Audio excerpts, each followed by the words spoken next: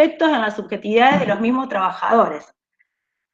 El espacio de capacitación representa un significativo acompañamiento a las tareas de los trabajadores en la diversidad de territorios y ámbitos.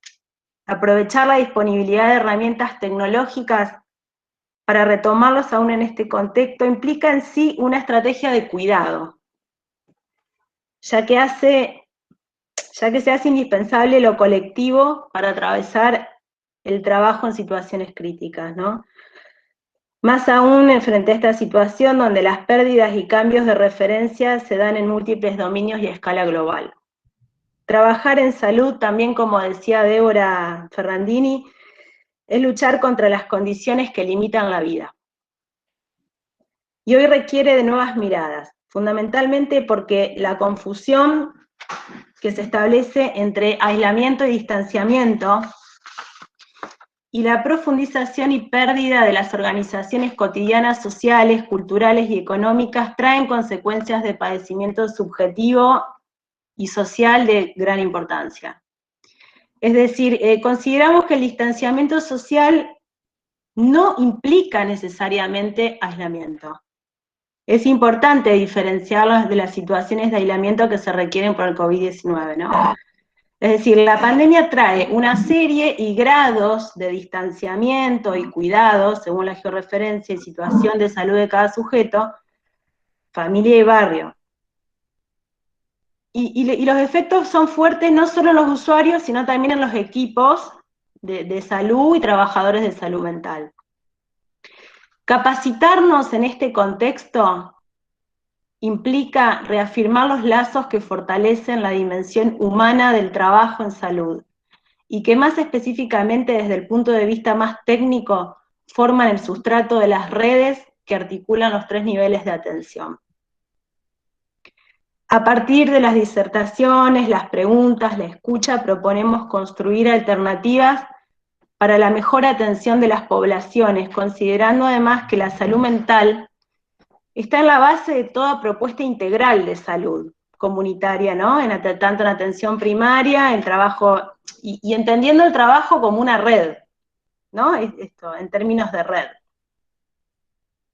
Considerando que partimos de una situación de marcadas desigualdades sociales, incrementada en los últimos años, sobre la cual la pandemia del COVID-19 incide fuertemente, agravando la manifestación de diversas formas de sufrimiento psíquico, a veces en sujetos que nunca habían consultado, por ejemplo, ¿no?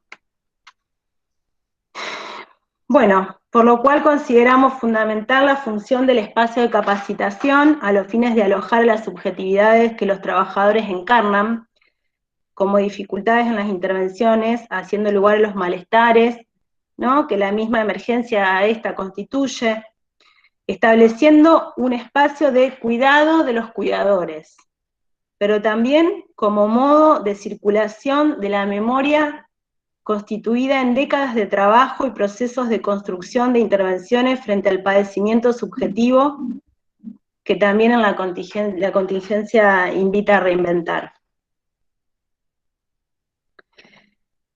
Bueno, esto un poco introduciendo también a quienes por ahí se suman hoy, o también para reforzar un poco el sentido y la dimensión que tiene haber podido llevar adelante una capacitación en este contexto y contar con, bueno, con personas de muchísimo prestigio, como estamos teniendo, ¿no?, a todos los invitados e invitadas, bueno, para comentarles eso y un poco, y bueno, me toca presentarla, tengo el honor de presentar a Débora, a Débora Tájer, que bueno, ya te damos la palabra, Débora. Antes queremos presentarte para quienes por ahí, bueno, te quieren conocer un poco más. Débora tiene una trayectoria larguísima, hermosa.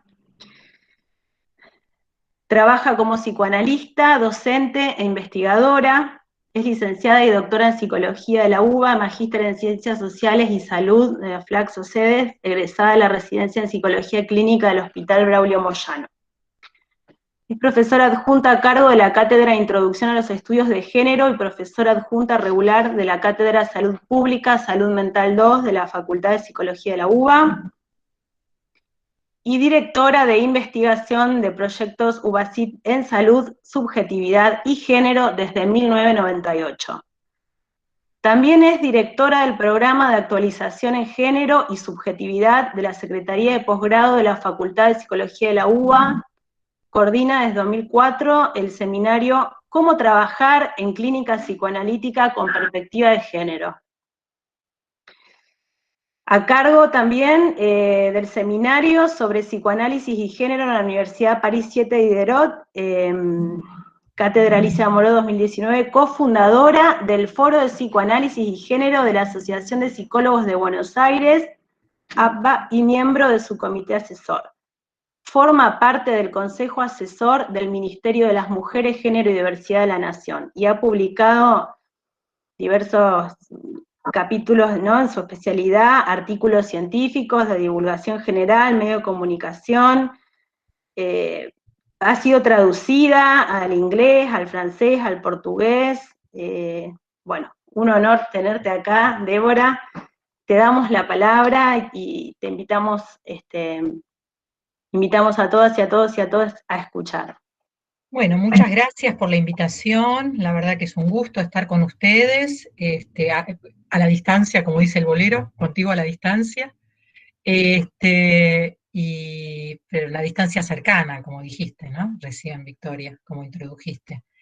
Mi idea es un poco, ustedes me mandaron, yo les pedí preguntas, me mandaron algunos ejes que les interesaba trabajar, y cuando te escuchaba, afirmaba algo que les voy a proponer. Yo voy a hacer una introducción de algunas cuestiones que me parecen básicas, y después prefiero que hagamos un intercambio. Es decir, que ustedes vayan preguntando, vayan reflexionando, yo voy contestando, voy armando, porque me parece que la perspectiva de género que esté a la altura de lo que ustedes están planteando es algo que todavía tenemos que construir. Es decir, una perspectiva de género que sea la adecuada para el espíritu de la Ley de Salud Mental. De hecho, en la Ley de Salud Mental ni se menciona la perspectiva de género, si la leen, ¿no? Recién se incluyó cuando se empezaron a hacer los programas, cómo tenían que adaptarse los programas universitarios de las carreras ligadas, ¿no?, para la formación de grado y posgrado. Recién ahí se introdujo algo de esto. Con lo cual, yo lo traigo también, no como crítica, sino como algo a construir.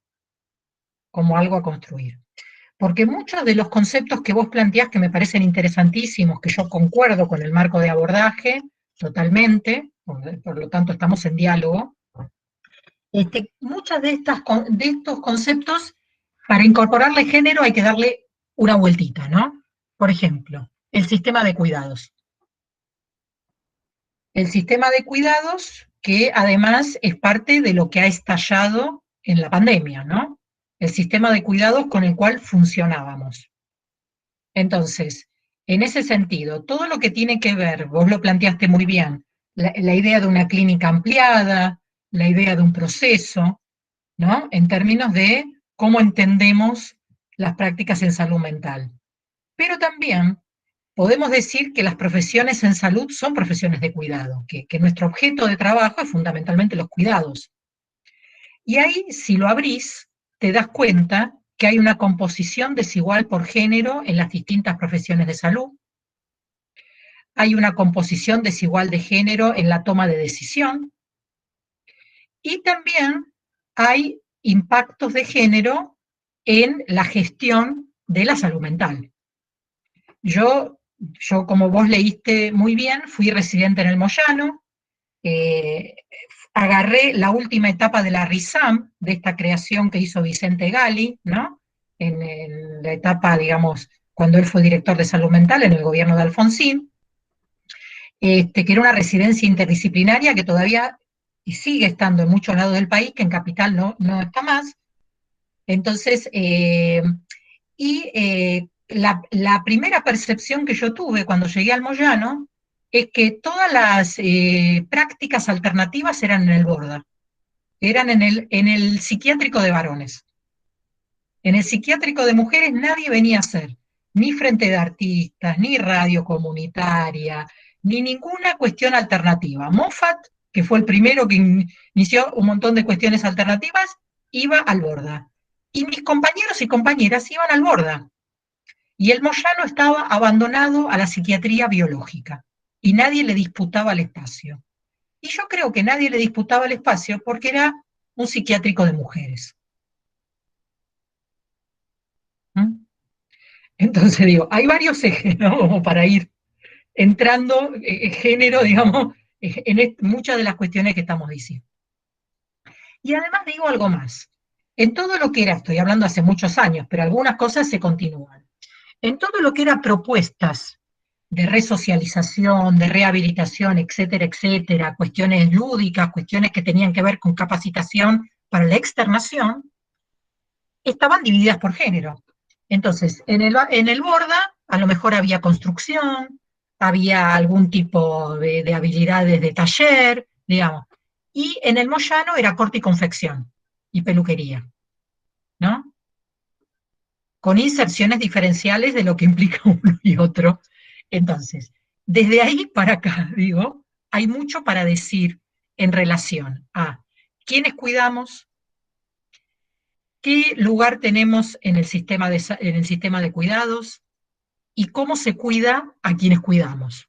Y todo esto está atravesado por las inequidades de género de nuestro histórico social. Porque ¿por qué va a estar por fuera los cuidados de la salud y de la salud mental de cómo vivimos? ¿No? Porque vivimos así, vivimos en una sociedad patriarcal. ¿Mm?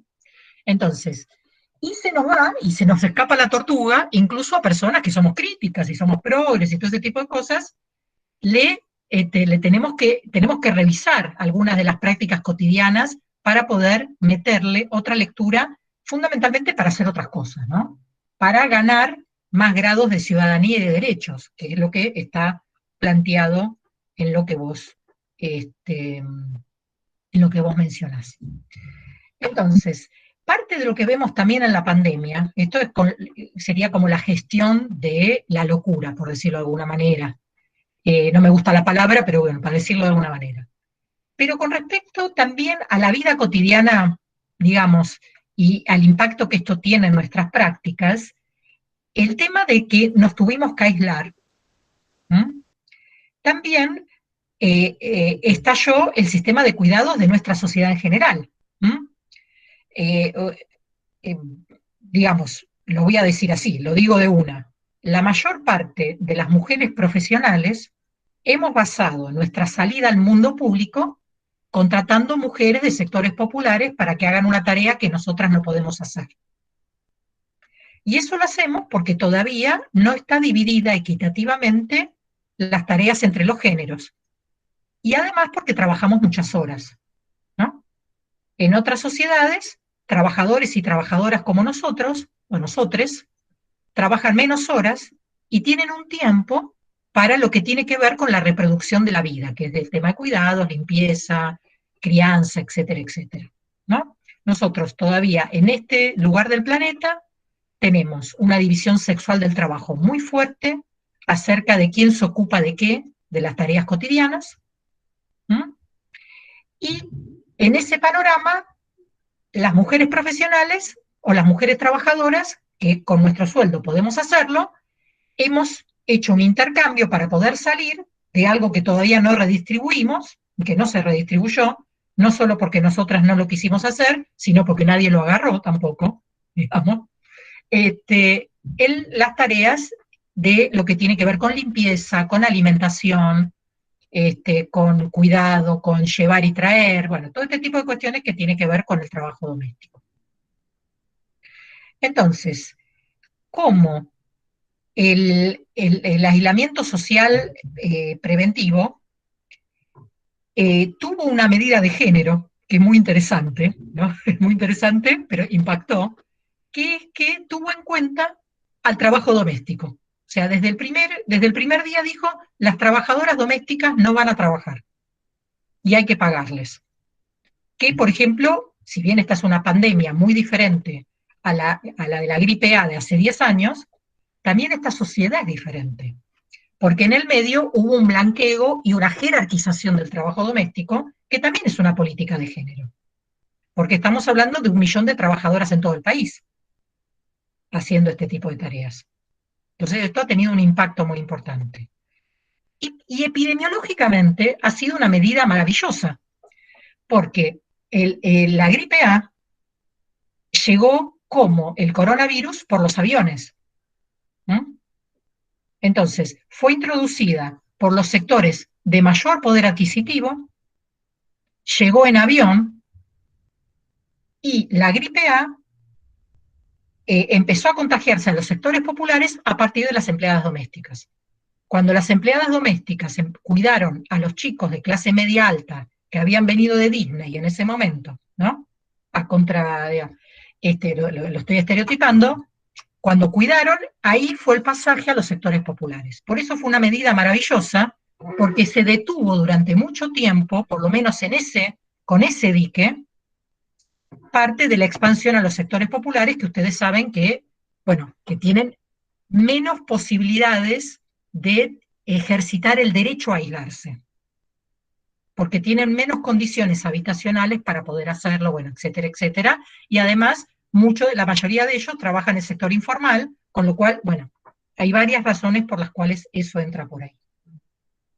Entonces, digo, vieron que son como muchas cosas. Entonces, ¿qué pasó en las casas? Pasó que empezamos a vivir todos juntos, todos juntos, ¿no? Y se empezó a notar un montón de cosas que no se notaban antes. La cantidad de carga doméstica que hay, también al estar los chiques en la casa, hubo que apoyar a nivel académico, ¿no? Bueno, muchas de estas cuestiones que están en tela de juicio, enhorabuena, ¿no? Se empezaron a visibilizar muchas de las cuestiones que, enhorabuena, esperemos que salgamos hacia una nueva normalidad en ese sentido. Pero también, en este momento de la pandemia, está pasando algo muy interesante y terrible al mismo tiempo con los trabajadores y las trabajadoras de salud.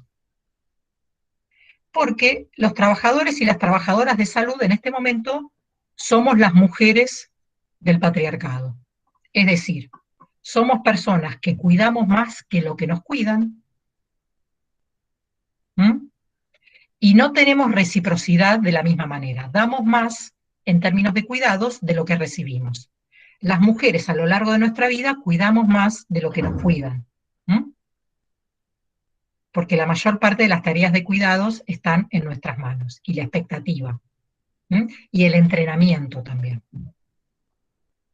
¿Y qué pasa con los trabajadores y las trabajadoras? Hace tiempo que no ganamos lo que tenemos que ganar, hace tiempo que no trabajamos en las condiciones que teníamos que trabajar, pero seguíamos, igual que las mujeres, ¿no? Seguíamos sosteniendo. Y en este momento hay un grupo de la población que siente un compromiso con los trabajadores y las trabajadoras de la salud y se cuida para no estallar los servicios, pero hay un grupo que dice: yo tengo la libertad de hacer lo que me da la gana. Total, el otro, no lo dicen así, yo lo formulo así, el otro tiene la obligación de atenderme. Es decir, la libertad de uno o de unos basada en la obligación de otros. Es el mismo modelo de las relaciones entre varones y mujeres en el patriarcado. La libertad en la modernidad patriarcal es el modelo masculino hegemónico, sobre la base de que hay alguien que siempre está, que siempre cuida, que me espera, que me tiene comida lista, ¿no? Etcétera, etcétera. Entonces, esto como telón de fondo. Espero no haberles deprimido mucho. ¿Me siguen bien con lo que digo? Sí.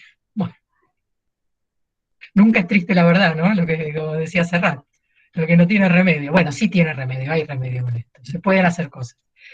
Entonces, esto, digamos, como primer esbozo. Bueno.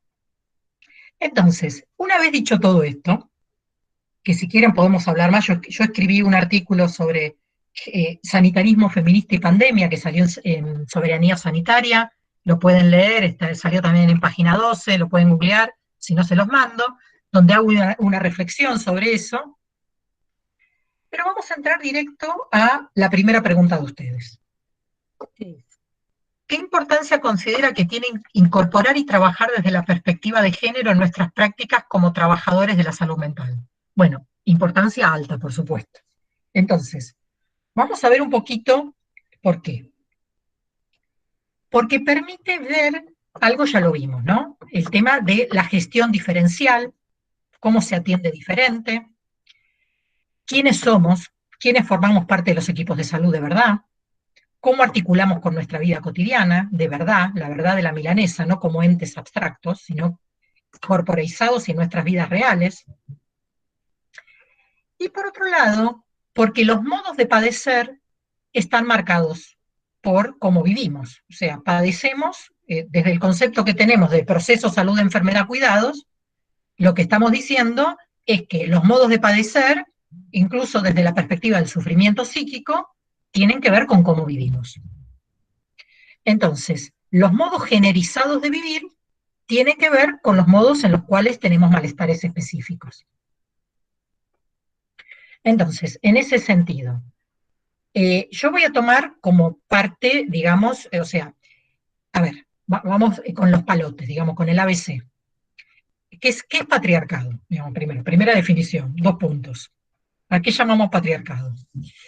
El patriarcado es un sistema de repartición del poder, pero que articula con otros modelos de repartición de poder. No es absoluto. En nuestro caso, articula con el capitalismo tardío, ¿no? Pero como es más antiguo que el capitalismo, ha articulado con todos los modelos históricos.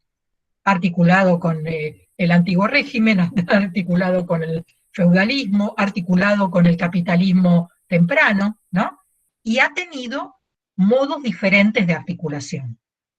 Yo siempre digo, para los que son del campo bien sí, pero igual los que no tanto saben que existe un texto de Freud como Tótem y Tabú, por ejemplo, ¿no? Porque lo han tenido, seguro que se lo han leído, se lo han hecho leer.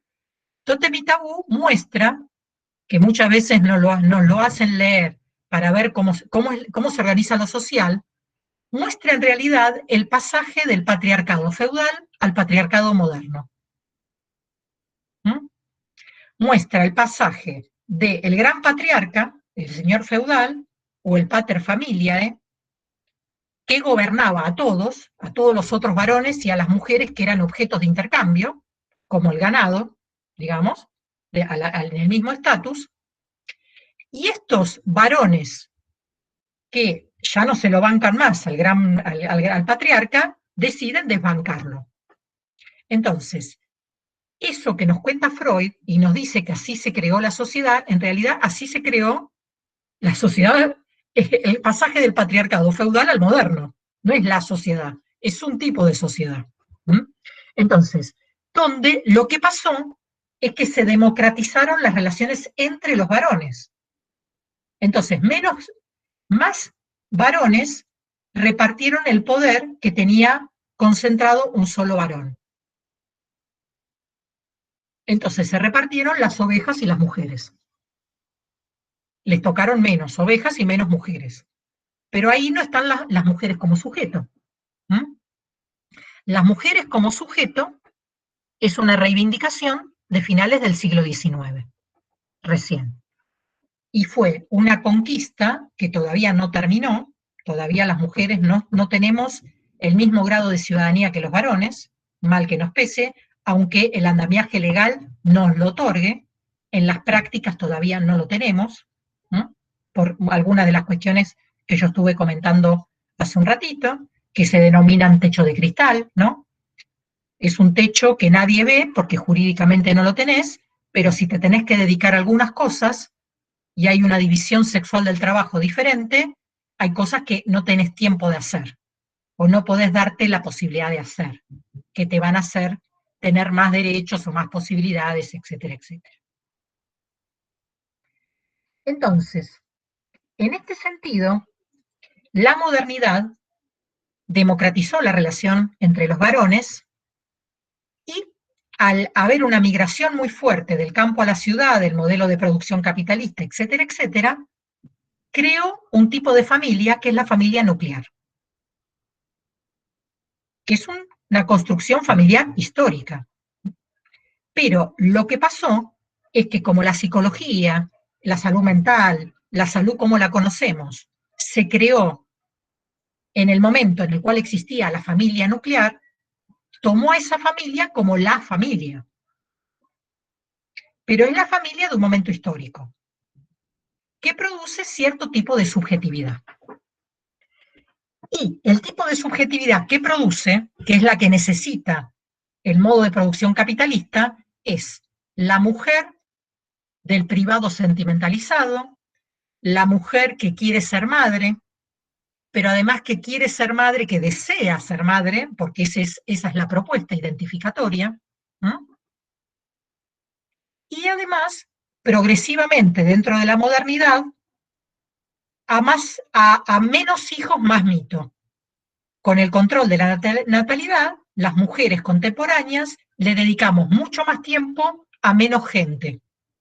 ¿Mm? El tiempo que antes se repartía entre varios hijos, ahora se le da a menos, pero a menos que necesitan más calificación, que necesitan dar examen de inglés, que necesitan el colegio de tal y tal manera, que van a hacer un ingreso a no sé qué lugar, ¿sí? Entonces, que son deportistas, hay que llevarle, traerle, lavarle los botines, digamos, un montón de cuestiones que implican un montón de trabajo más refinado, ¿no? Al cual le damos a menos gente un trabajo mucho más refinado.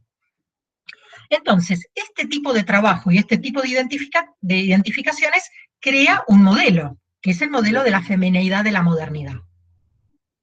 Y la femineidad de la modernidad es alguien que se le educa para que sepa cuidar, que se le educa para que empatice, para que tome en consideración los deseos de los demás, a veces por sobre sus deseos, que en el modelo más puro, que se desarrolle a partir del desarrollo de los demás. Una mujer bien producto de la modernidad, sus ambiciones son a través de los hijos y a través del marido, vicariamente, porque tiene inhibida la posibilidad de desarrollo propio. ¿Sí? Y por supuesto, después, si su trabajo fundamental es la crianza de niños, va a tener el síndrome del nido vacío. En el momento, como sería una jubilación, ¿no? La misma tristeza que tiene alguien, o la dificultad muchas veces de abandonar la vida activa, bueno, el síndrome del nido vacío, si lo tomamos como trabajo, es un tema de malestar de un tipo de jubilación, por decirlo de alguna manera, ¿no? Entonces, este tipo de producción de subjetividad tiene malestares específicos. De hecho, gran parte de la psicología que hemos estudiado tiene que ver con los efectos de esto sin decirlo. Entonces, la histérica es un producto de esto. Es un producto, bueno, lo digo chiquitito. Hay una autora que se llama Emile Sediou-Bleichmark, que tiene un libro que se llama El feminismo espontáneo de la histeria, que muestra que la histeria es una formación de compromiso, es un síntoma de una producción de subjetividad. ¿Que cuál es? La autoestima de la mujer o el narcisismo de género femenino basado en la honra, ¿no? Y por el otro lado, el deseo y la práctica de sexualidad. Entonces, la histeria se detiene en el momento de mayor valía, antes de entregar su virtud, por decirlo de alguna manera, o antes de que el otro acceda a su cuerpo, que es el momento donde en el patriarcado las mujeres tienen el mayor valor o la mayor posibilidad de mantenerse, digamos, en control del otro, por decirlo de alguna manera. Entonces, es una formulación que tiene que ver con esto. Por supuesto que inhibiendo su propia práctica de sexualidad. Entonces, para mantenerse valiosa, tiene que inhibir su práctica de sexualidad. Lo digo chiquitito porque no me quiero detener en esto. Pero les muestro cómo esto que hemos estudiado 20.000 veces y se sigue repitiendo, ¿no? Como digamos, todo el tiempo, es una producción histórica que tiene que ver con un modo de construcción de relación entre la valía de sí y las prácticas de sexualidad. Ya hablé también del nido vacío. Bueno, puedo hablar, por ejemplo, de la depresión en la mediana edad. Puedo hablar de muchas de las cuestiones que hemos trabajado y ponerle perspectiva de género. Explicar las razones de género por qué estas cuestiones ocurren. Y esto también nos va a dar cuenta de cómo se sale de eso. Si sé que el privado sentimentalizado genera este tipo de cuestiones, por supuesto que salir al mundo de lo público o las prácticas comunitarias van a ser antídoto de este tipo de cuestiones. Van a crear más bienestar que malestar. ¿Mm? Que esto es algo que todos o todas que trabajamos en lo comunitario sabemos qué grado de bienestar, aunque hay miles de conflictos en lo comunitario, no es sin conflicto, pero el tipo de prácticas de la participación comunitaria generan un alto grado de pertenencia, ¿m?, a un colectivo más amplio y por lo tanto de bienestar. Y de contar con redes por fuera de la familia. Y ahí ya me meto en otro tema, pero como para soslayarlo, que la base de la violencia de género tiene que ver con la producción de este tipo de subjetividades femeninas. Es decir, las mujeres del privado sentimentalizado. La mujer sin amigas, la mujer sin red, la mujer cuyo emisario en el mundo público es el varón proveedor. ¿Mm?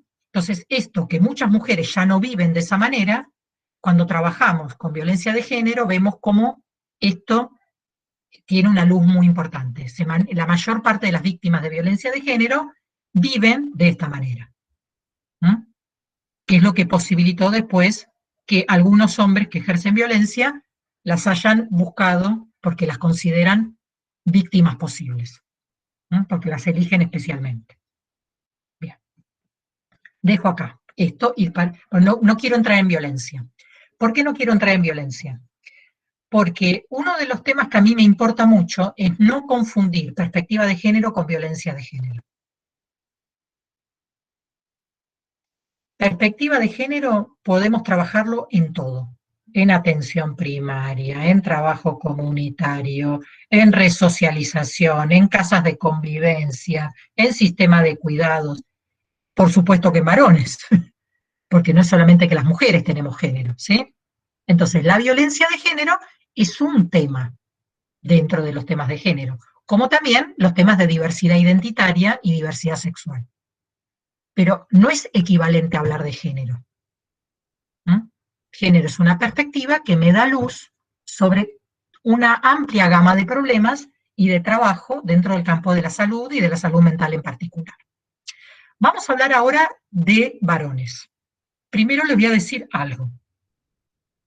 Además del tema de cómo se estructuran en términos de roles y de expectativas y de identificación las mujeres en la modernidad, también está la cuestión de que el género femenino en el patriarcado es un género devaluado.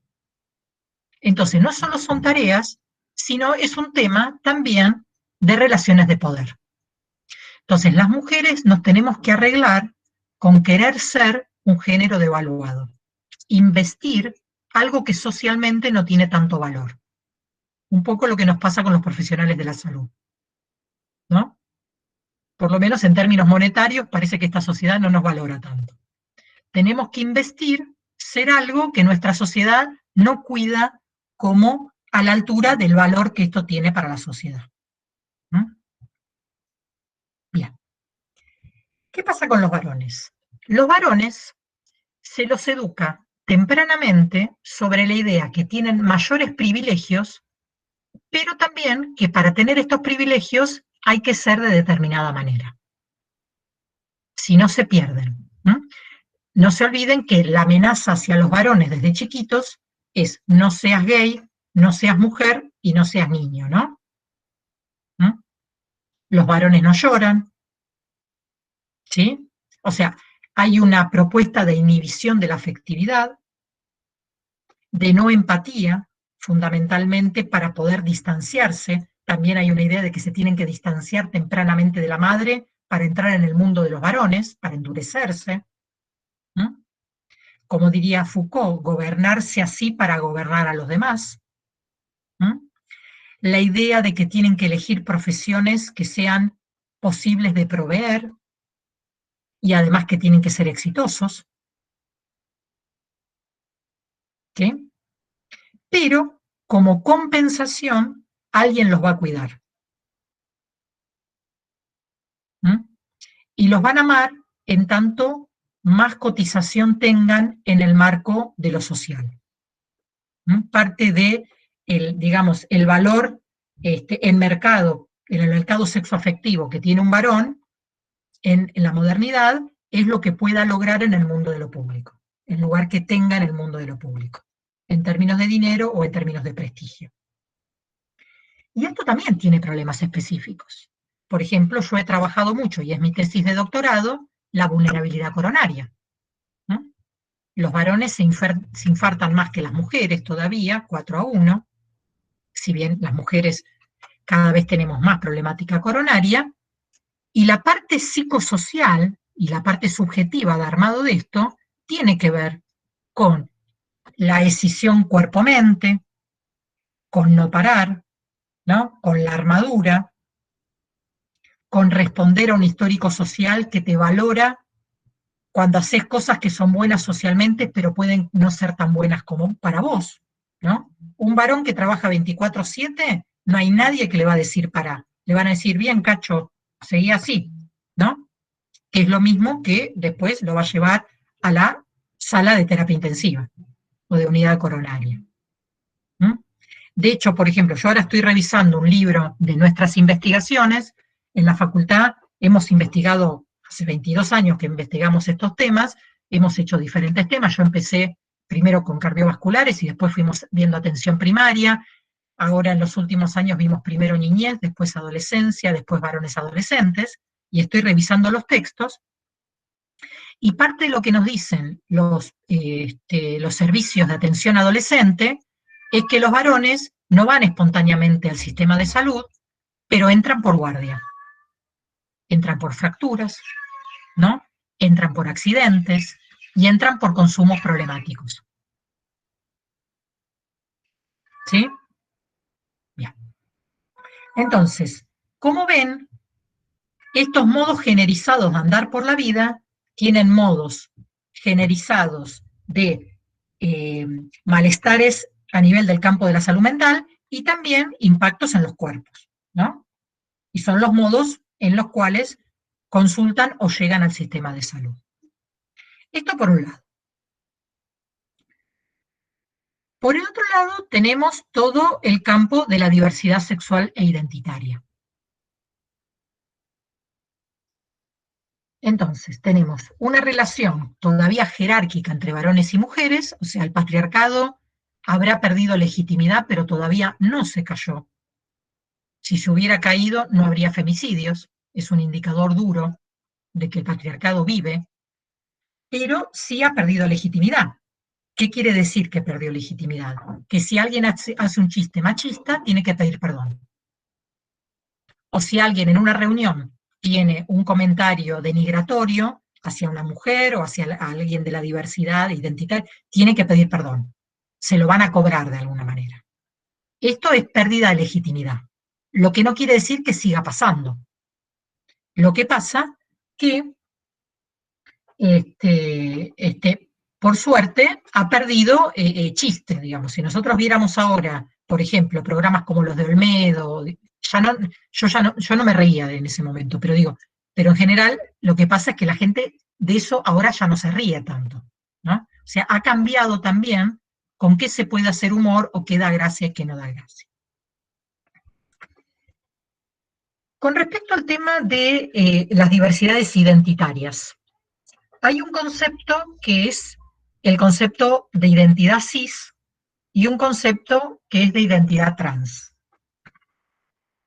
Las personas con identidad cis son las personas que conservan la identidad de género con la que fueron nombradas y fueron recibidas al comienzo de su vida. Antes no se les decía identidad de cis, sino que era lo normal y lo trans era lo anormal. Entonces, se cambió la manera de nominar precisamente para romper la idea de lo trans como anormal y empezar a tener una modalidad de pensar que la diversidad es la normalidad. Que los seres humanos somos diversos identitariamente, que si bien la mayoría nos dividimos entre varones y mujeres, y entre varones y mujeres que a lo largo de toda nuestra vida conservamos la identidad de varones y mujeres, no es cierto que todo el mundo vive así. Y quienes no viven así no tienen un problema patológico, sino que son existenciarios diversos. ¿Mm? Y la razón por la cual alguien es trans es la misma razón por la que alguien es cis. La identidad de género se construye en el segundo año de vida, en el mismo momento donde se construye la identidad en general, y el género es uno de los componentes. ¿Mm? Es uno de los componentes del armado del yo. Y este armado se hace con las propuestas conscientes e inconscientes de quienes cuidan, y no solamente de quienes cuidan, sino del imaginario social, porque la información se recibe de múltiples maneras, pero las niñas toman y procesan, no son en copia de lo que les proponemos, en todo sentido. ¿Mm? Entonces, en el procesamiento, algunos toman una forma y otros toman otra forma. ¿Sí? En un tiempo pensábamos que los que tomaban una forma trans, insisto, eran los que se habían desviado o los que tenían un problema psicopatológico. Hoy entendemos que es una forma. Y el modo en el cual se procesa es el mismo en el cual se procesan las identidades cis. En todo caso, van a necesitar del campo de la salud mental para acompañar y para armar su historia de minoría.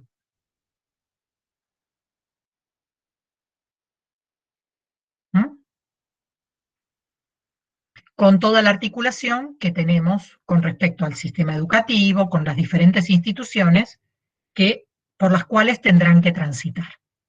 ¿Sí? Yo lo estoy haciendo muy chiquitito, si después quieren, entramos en detalles. Bueno, entonces, bueno,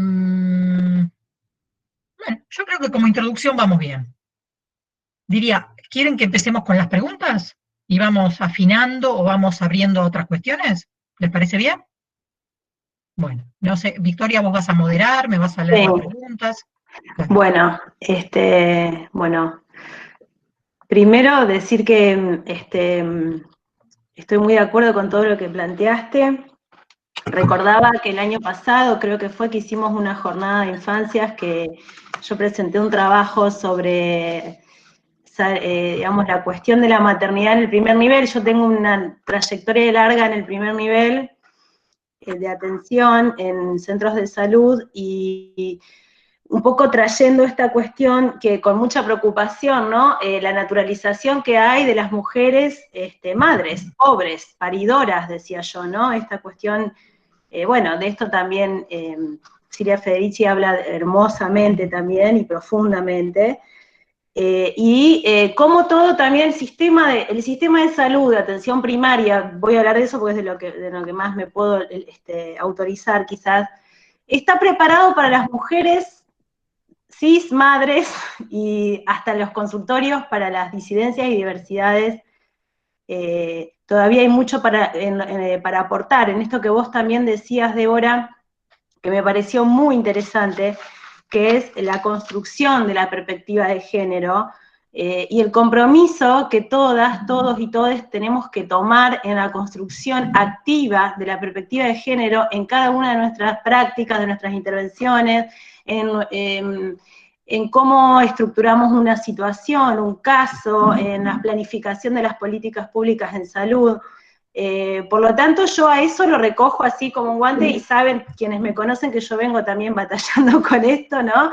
Con desnaturalizar un poco, sobre todo, la cantidad de insumos que hay en salud para la mujer madre paridora, ¿no? Es decir, está como todo enfocado ahí, lo cual está bien porque, digamos, hay toda una cuestión cultural, es decir, hay muchas mujeres madres, pero, digamos, nosotros cómo podemos hacer para introducir algunas otras cuestiones.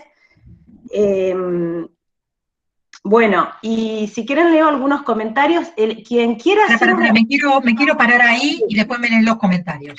Bueno. Dale. Mira, me parece interesantísimo lo que planteas porque me da la posibilidad de decir varias cosas. Primero, que las primeras políticas de salud que hubo, que son las de Bismarck en Alemania, eran para los varones ejércitos y puertos, ¿sí? Y para las mujeres, todo lo que tiene que ver con la reproducción. O sea, bien al servicio del capitalismo, por decirlo de alguna manera. Entonces, en algún punto no estamos tan lejos de eso, aunque querramos estar lejos de eso. Entonces, la mayor parte de las políticas de salud son materno-infantiles.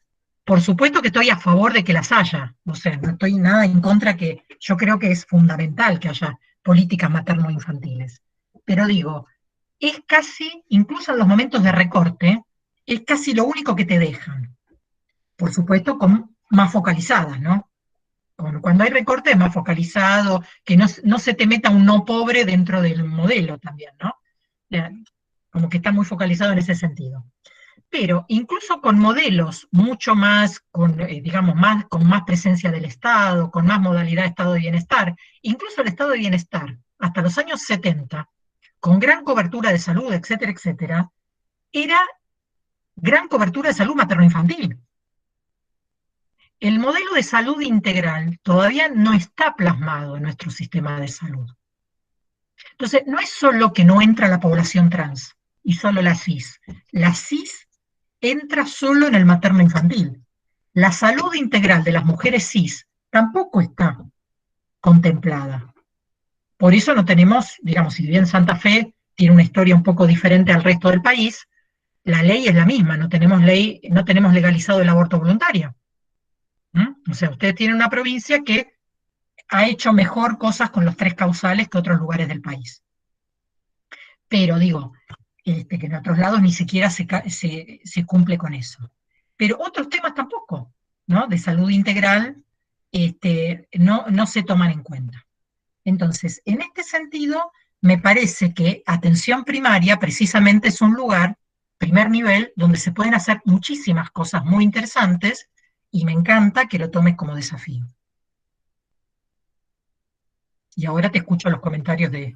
Bueno, yo podría seguir hablando, así que mejor voy a leer los comentarios. Dale. Me inspirás, ¿viste? Yo quería agregarle a Débora, aparte de agradecerte, Débora, quizás está de más, pero agradecerte especialmente a vos y al equipo CAPAX, porque somos un equipo de trabajadoras que todas estamos trabajando en otros dispositivos y armamos este espacio aparte de estos otros dispositivos. Yo no creo que sea casual, pero somos todas mujeres, las que recogimos el guante del equipo de capacitación y construimos ese escrito que leyó Victoria colectivamente, y fundamentalmente también fue una de las primeras cuestiones que decidimos, fue incluir alguna referente que pudiera hablar de esto, que te elegimos a vos, porque creo que admitimos que hay mucho por hacer todavía y que los estereotipos siguen funcionando en relación a esta distribución de poder de la que vos hablabas, no solo para dentro de las familias y de las construcciones familiares, sino de las construcciones laborales, ¿no? Esto está claro, digamos, ¿no? Como acaba de comentar una compañera, que estamos con el nuevo cupo laboral trans, celebrando este acontecimiento, digamos, ¿no? Pero bueno, quiero devolverte esto también como parte del agradecimiento en relación a esto, y que me parece que es muy interesante esta diferencia que haces respecto de la perspectiva de género a la cuestión de la violencia y demás, ¿no? Porque como que la perspectiva de género atraviesa de un modo transversal toda la política pública. Me parece muy interesante pensarlo desde ese lugar, cómo habitamos nuestra práctica desde ahí. Gracias, gracias. No, un gusto. Y con respecto a lo que decís del cupo trans, es muy importante, porque sabemos que la población trans tiene 35 años de expectativa de vida, y parte tiene que ver con la dificultad en la escolarización, ¿no? En el sentido de las deserciones por bullying, que tienen muy fuerte, y eso hace que tengan menos posibilidades laborales y terminan, digamos, como que el lugar termina siendo la prostitución. Y consumo problemático, con un montón de cuestiones, que no necesariamente es así, porque ese no tiene que ser el destino de la población trans, ¿no? Entonces, en ese sentido, y de hecho yo tengo, en mi equipo docente tengo 2 personas trans, y son psicólogos, digamos, y forman parte del equipo de investigación, y me parece que tenemos que ir para ese lado, ¿no? Para que haya psicoanalistas trans, para que haya jefes de servicio, diputados, todo trans, ¿no? Pero esto se va armando, primero tiene que haber un cupo, ¿no? Que es lo que se llama legislación positiva, ¿no? O discriminación positiva, que es necesario porque si lo dejamos a la libertad, es la libertad de mercado, y el Sí, mercado claro. es igual. Bien. Sí, es bueno esto que decís de la discriminación positiva, porque bueno, por ahí, para aclarar algunas cuestiones, sobre todo en las discusiones que tenemos, Carola, que es una compañera también de APS, Carola Ballester, comenta algo que para mí es importante, que tiene que ver con la construcción de la perspectiva de género, yo digo en primer nivel porque somos, digamos, actores privilegiados de las demandas espontáneas de la comunidad. Dice que ellas en el CAP de Barrio Chalet trabajan mucho con médicas, enfermeras, obstetras, en algo tan básico como poder preguntar cuestiones subjetivas frente a los embarazos, ¿no? Y que no sea como primer medida sacar un carnet de embarazada, que es la práctica más frecuente, ¿no? Y no se podía ver la violencia que implicaba. Bueno, me parece muy importante porque ahí ya metemos otras de las cuestiones que yo no lo dije, pero que me parece, por eso digo, esto lo tenemos que construir colectivamente, nuestro discurso sobre esto, que la dimensión subjetiva es muy importante, ¿no? ¿Por qué? ¿Cómo se han hecho los embarazos? ¿Qué deseo hay ahí? ¿Qué no deseo hay ahí? ¿Cuántas preocupaciones tiene? ¿Qué lugar ocupa dentro de su proyecto de vida? Digamos, ¿no? Hablar de estas cosas, que es muy básico, pero a lo mejor la primera persona que se lo preguntó es alguien del sistema de salud. Y el sistema de salud, y más en el primer nivel, tiene que ser una oportunidad ganada para poder trabajar estas temáticas. Y no solamente cuando llegamos tarde, porque si nos preparamos para la violencia de género o para las enfermedades, que está bien hacerlo, nos preparamos para llegar tarde. Sí, la construcción... Para ver los efectos, ¿no? Es la preparación per vinoz, le digo yo. Sí, hola, ¿qué tal? Carola habla, yo comenté pero recién... mostrame, Carola, porque ahí sale un varón y una niña. Me parece que no sos ninguno de los dos. Con la cámara apagada, ahí está. Ahora sí estás vos. Prende la cámara. A ver, yo trabajo en el Centro de Salud Chalet, y nosotros, esto que vos decís tan básico, fue un trabajo grande, porque no era básico. Somos todas trabajadoras mujeres, hasta el año pasado que se incorporó un enfermero varón. Sin embargo, trabajar perspectiva de género es algo muy complicado. Hemos ido de a poco, tenemos compañeras feministas, pero es muy complejo a veces trabajar en el día a día, que vos decís esto del tratamiento Carvinox, trabajamos sobre lo urgente a veces, y sobre cuando la situación ya tienen muy poca posibilidad de resolución, o una resolución sobre el quemado, y no sobre la prevención. Cuando APS tiene que ser un trabajo preventivo también. Exacto. Y esto de poder, bueno, cuestionar a las mujeres, hablar sobre el embarazo, sobre la posibilidad de embarazo, sobre incluso si quiere el embarazo o no quiere, cómo llegó a estar embarazada, es algo que se ha logrado ahora, ¿no? Algo tan fundamental y tan importante, esto de las mujeres paridoras que decías vos, es cierto, ¿no, Victoria? Está preparado el sistema de salud para que vaya la mujer con sus hijos, para atender sus hijos, o para atender su embarazo. Ujú. Aparte, esto de que a los 30 años una mujer en un barrio pobre, a los 30 años ya tiene nietos. Sí. A los 30 años la clase media están viendo si viajan, si estudian, se reciben, si viven sola. Digamos, hay también una cuestión, bueno, lógicamente de clase que también es muy importante respecto de esto. Y yo pensaba recién en la construcción del causal salud, por ejemplo, para la ILE, para la práctica de la ILE, hasta que no tengamos la IBE y hasta que no salga la ley. Contempla esto, tiene que contemplar justamente una conversación respecto de qué pasa con ese embarazo, y bueno, esto también es algo que hay que trabajar al interior de los equipos cuando trabajamos perspectiva de género, ¿no? Desnaturalizar esto de los embarazos es también, es realmente, como decíamos, algo que parece básico para quienes tenemos contacto, quienes estamos en esto, pero sí, es muy complicado, pero es como dice Débora, es una construcción, es algo que tenemos que aportar, es algo que tenemos que batallar. Y otro tema que diría que no es un tema menor, grupos de crianza. Ajá. O sea, trabajar la dimensión grupal del acompañamiento, que no crían solas, que tengan red, ¿no? Esto es algo que hay que hacer todo el tiempo.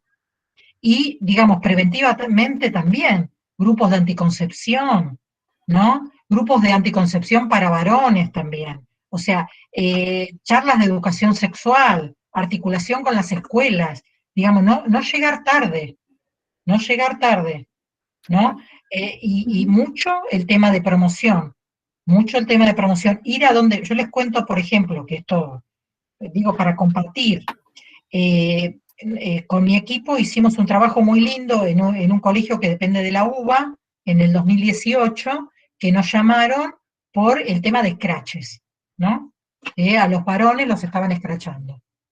Entonces, y algunas pibas estaban haciendo denuncias de abusos sexuales.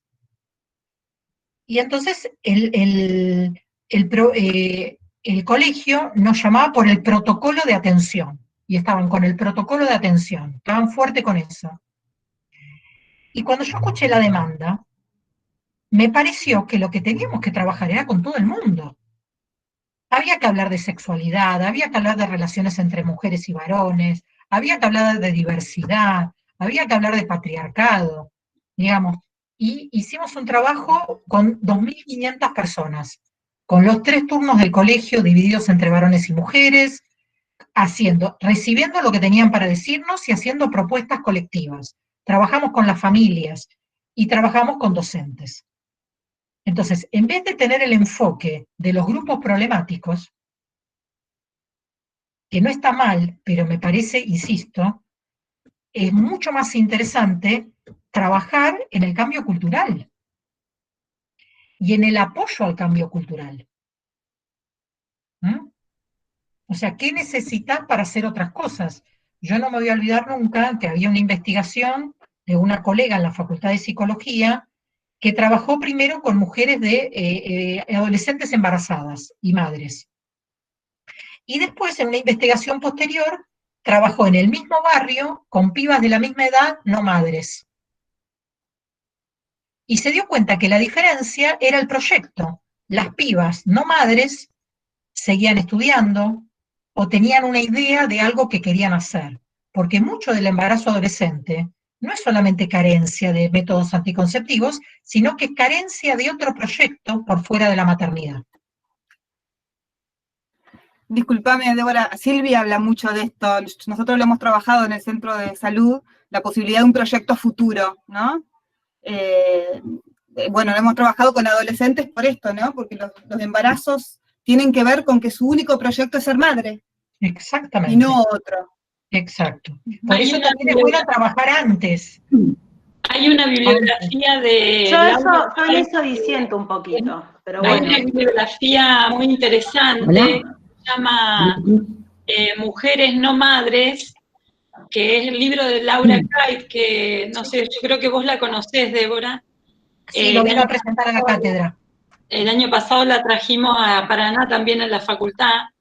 Y lo otro que quería aportar como comentario, que me parece que es importante, que en Santa Fe se está tratando de instalar las consejerías respecto de las situaciones de reproducción sexual. Por ejemplo, para la ILE, hay una experiencia en el SAMCO de Santo Tomé, y hay una investigación de un alumno en la facultad que terminó y se recibió con esa tesis, que estaría bueno en algún momento, porque hay una propuesta instalada, digamos, respecto de la intervención del campo sí, que justamente lo que no había en el equipo, ¿no? Pero me parece que ese también es un paso para pensar la posición nuestra como trabajadores de salud, en la perspectiva de género, ¿no? Hay un comentario ahí. Acá hay una persona, Lucho Saco, que dice: me gustaría hacer un comentario. Pero antes hay otro comentario de Tana. Yo quería decir, ahora lo escuchamos a Lucho, o quien sea, pero quiero decir un comentario. Me parece que esto hay que trabajarlo también con los varones. Porque parte de lo que vimos en las investigaciones nuestras es que los varones no piensan, por ejemplo, primero, que el sistema de salud no les pregunta si debutaron o no y cómo se cuidan. Casi eso no se pregunta, eso hay que preguntar. Cuando tenemos un varón adolescente, consulta, es parte de lo que tenemos que preguntar cuando vienen.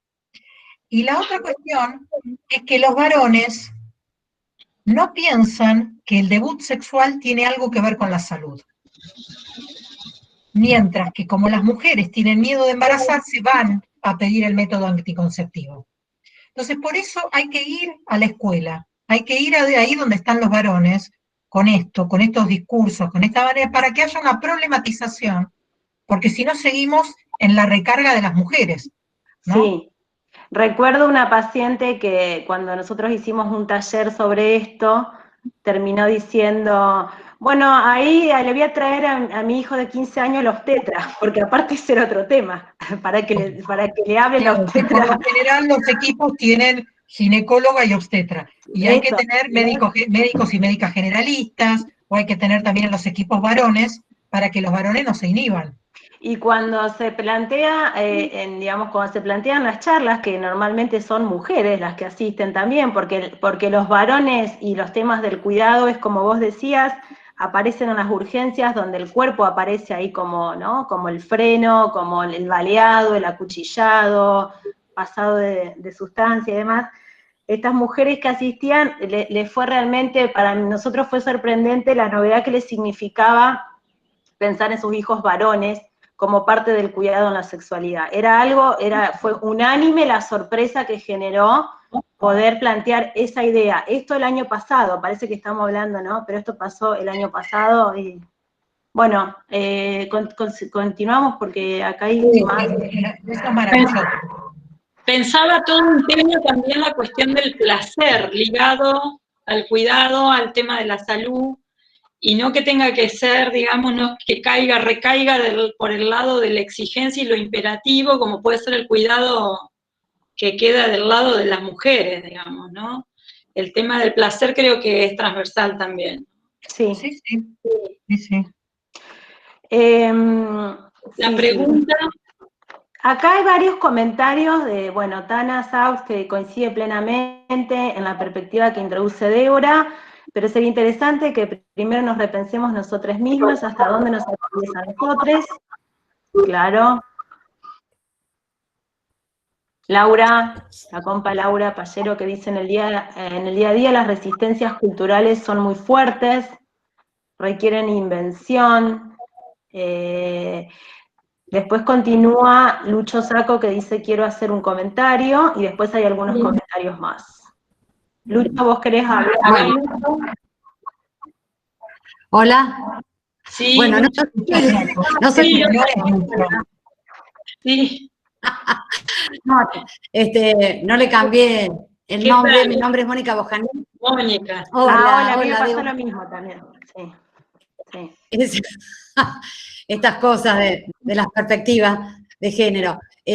No, yo la verdad que quiero agradecerte y la verdad que quería comentar algo con respecto a esta historicidad que vos traes de la salud mental.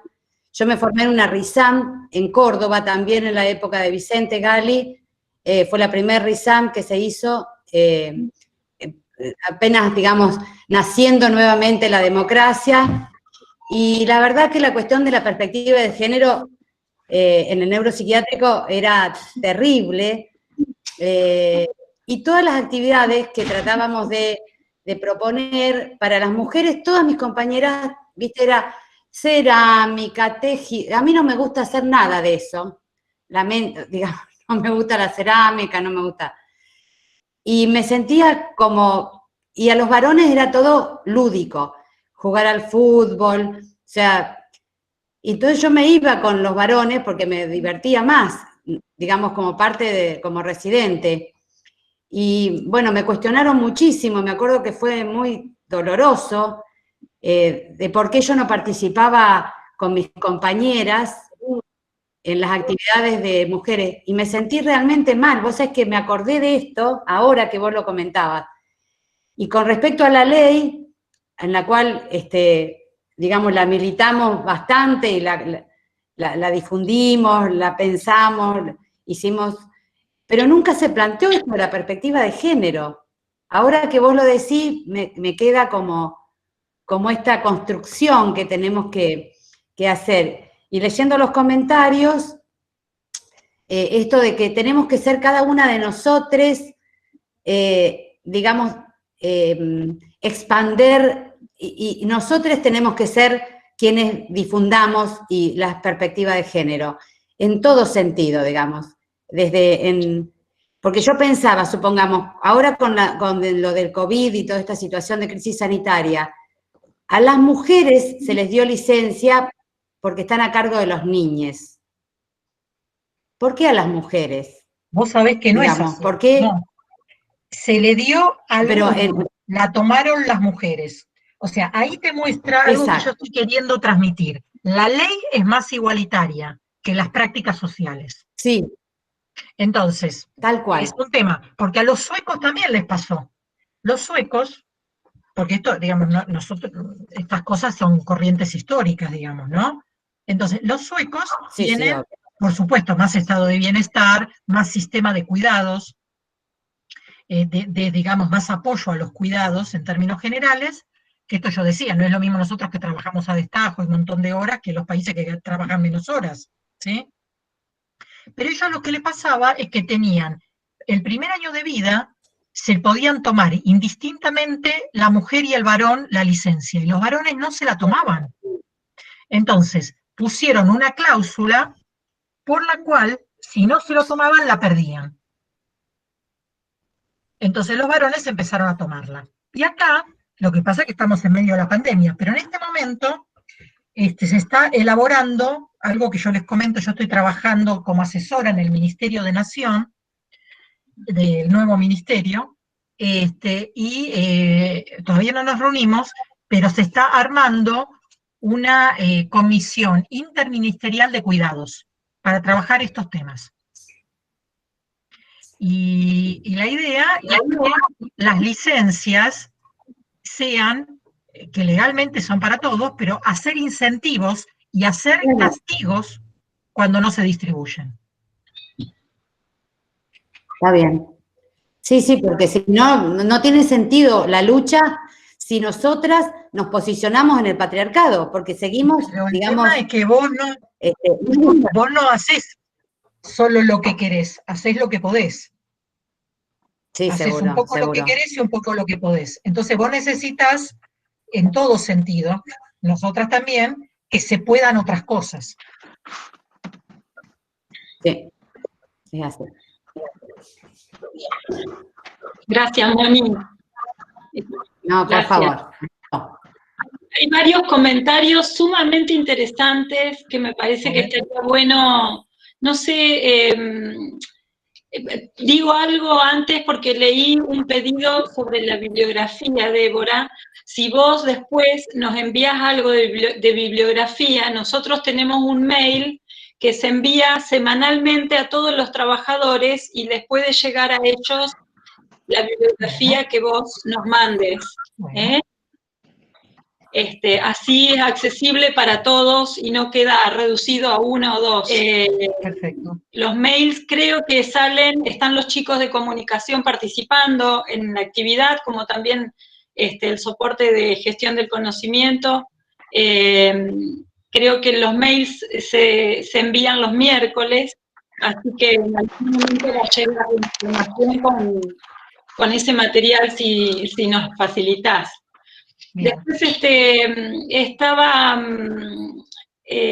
Paula Cebal, ¿querés hacer un comentario? Que no sé si lo escribiste, si lo querés decir. Me parece que está bueno escucharnos también, aparte de leernos, ¿no?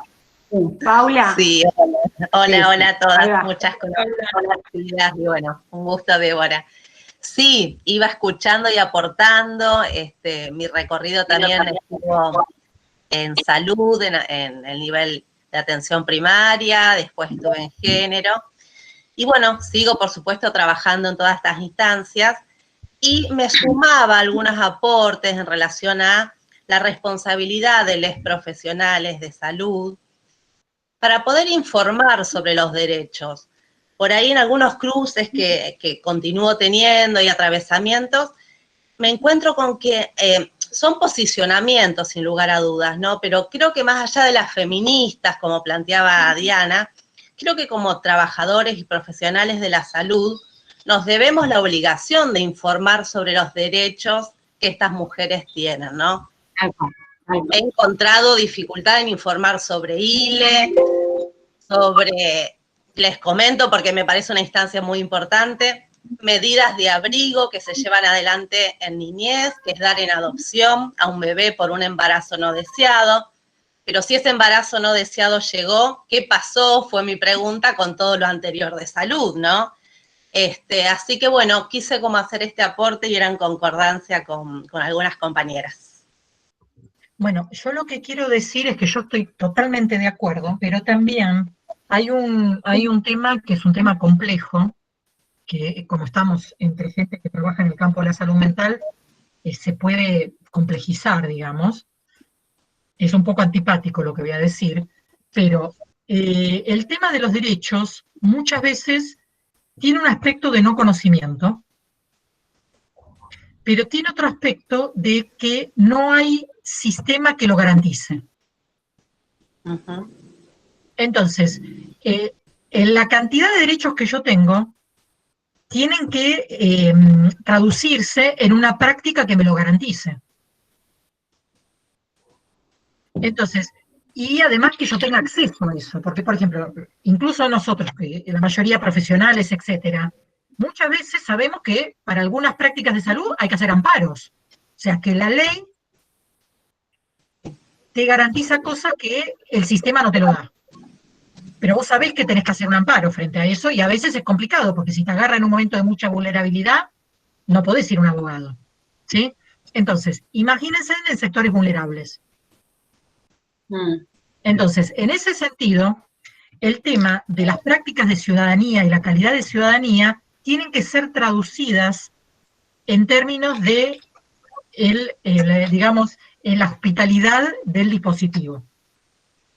Entonces, ir engrosando cada vez más dispositivos hospitalarios y que garanticen derechos.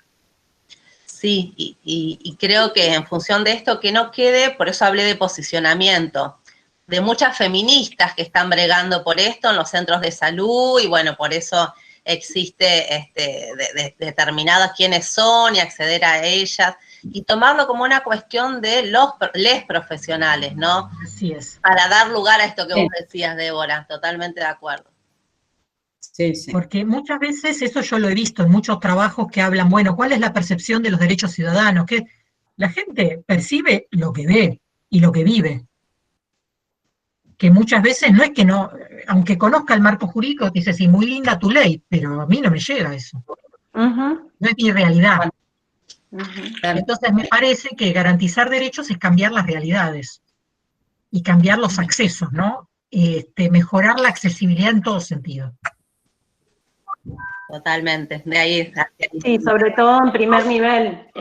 Esto se nota muchísimo, retomo lo del primer nivel, porque muchas veces, bueno, a nivel género todos sabemos que no hay básicamente en los barrios dispositivos que puedan dar respuesta a situaciones problemáticas, menos aún en el acceso a la justicia, que en todo caso está encarnado por una comisaría de mala muerte en una villa. Eso es todo, digamos, lo que se podría, como lo más cercano a un dispositivo relacionado, porque no tiene nada que ver con la justicia, y se dificulta muchísimo trabajar la violencia machista en los territorios. Quienes estamos ahí lo sabemos, batallamos con esto también como un drama que de hace años venimos arrastrando, y que por supuesto nos libra, digamos, a los profesionales, a nuestra propia ética, a nuestra posición, a poder dar cuenta con nuestras intervenciones de nuestra perspectiva de género, pero también es cierto, como decía Débora, que bueno, que muchas veces te dicen, bueno, desde como construir una denuncia, por ejemplo, ¿no? Hasta lograr que una mujer pueda sancionar algo, digamos, ahí, primero, para después acompañarla en todo esto que se debe armar, y bueno, y después te das cuenta que, bueno, justamente la justicia es patriarcal, el tipo está mirando DirecTV en la casa y la mina está buscando hogar, porque no hay hogares, entonces se la llevaron al otro punto de la provincia, toda una cuestión que es tan compleja, ¿no? Entonces, bueno, hay mucho trabajo para hacer. Vicky, y a eso agrego, que mientras te escuchaba, que acuerdo plenamente en lo que se está armando, tan interesante conversación. Agrego, por ejemplo, en las salas de maternidad de los hospitales, que en las salas de maternidad de los hospitales generales Sí. atraviesan experiencias tremendas. Y lo digo también porque, bueno, estamos hablando de la salud integral y de todos los trabajadores de salud y demás, pero somos trabajadores de salud mental y en los hospitales generales hay equipos de salud mental que me parece que tenemos que aprovechar estas cuestiones para pensarlas, para ver cómo instalamos algo de esa transformación, porque las salas de maternidad en hospitales generales tienen improntas muy patriarcales, porque también tienen raíces del discurso médico hegemónico. Bueno, una de las cosas que sabemos también con respecto a ILE, que en el primer nivel es más fácil y todo es más complicado en el segundo nivel. Entonces, y con esto voy a terminar porque ya estamos en tiempo, yo después tengo que dar mi clase, tengo que descansar un poquito, es que en este momento es un momento interesante de democratización de las incomodidades, eso está bueno, ¿no? Qué buena definición. Un poquito. Y por otro lado, creo que el segundo nivel está más complicado que el primer nivel. Sí. Con lo cual estoy diciendo que avanzamos más en el primer nivel, o sea, no solamente veamos el vaso medio vacío, ¿no? Entonces, me parece que ahí, incluso entre nuestros colegas, el problema más complicado está en el segundo nivel. Entonces diría que a por ellos. Sí. ¿No? De la agenda del próximo tiempo es el segundo nivel y por supuesto el tercero. Así Débora, que bueno. te vamos a volver a invitar, Débora, si no bueno, les mando un abrazo enorme. Yo quería hacer un comentario. Pero se tiene que ir, me parece, Débora. A ver, bueno, una sola cosa que celebro que esté Débora, que este encuentro, la posibilidad de poder pensar desde la perspectiva de género que nos atraviesa y que bueno, que abre un debate de nuestras prácticas y de la necesidad de seguir pensándolas, ¿no? Yo estoy en APS y bueno, se me ocurrían tantos ejemplos y tantas situaciones para compartir de todo el tiempo. De hecho, iba a traer una situación de una paciente en relación a una ILE, de una situación que vivió en el sistema de salud hoy, pero bueno, se va el tiempo, lo que me parece es que nos deja muchas preguntas y inquietudes para seguir laburando y es desde una perspectiva que nos falta formación y nos falta discusión. A construirla, como dijo Débora, a construirla. A seguir construyéndola. Quizás podamos, Gracias, Débora. Quizás podamos después de esta reunión, más allá de la CAPAC, de este... Se le congeló. Se cortó. Padre que venimos sosteniendo, armar algo de tipo foro para encontrarnos. Bueno. Gracias, Débora. Les mando un abrazo muy grande. Gracias, Gracias, Débora. muy clara. Gracias. Hasta luego, gracias. No, hasta luego. Chao. Gracias a todos. Chao. Gracias a todos por estar. Bueno, gracias. Un gusto. Gracias. Chao, gracias. Una maravilla, muy bueno, muchas gracias. Muy Muy bueno. bueno. Bueno, gracias a ustedes, a todas. Gracias, Bien, Débora. Vicky.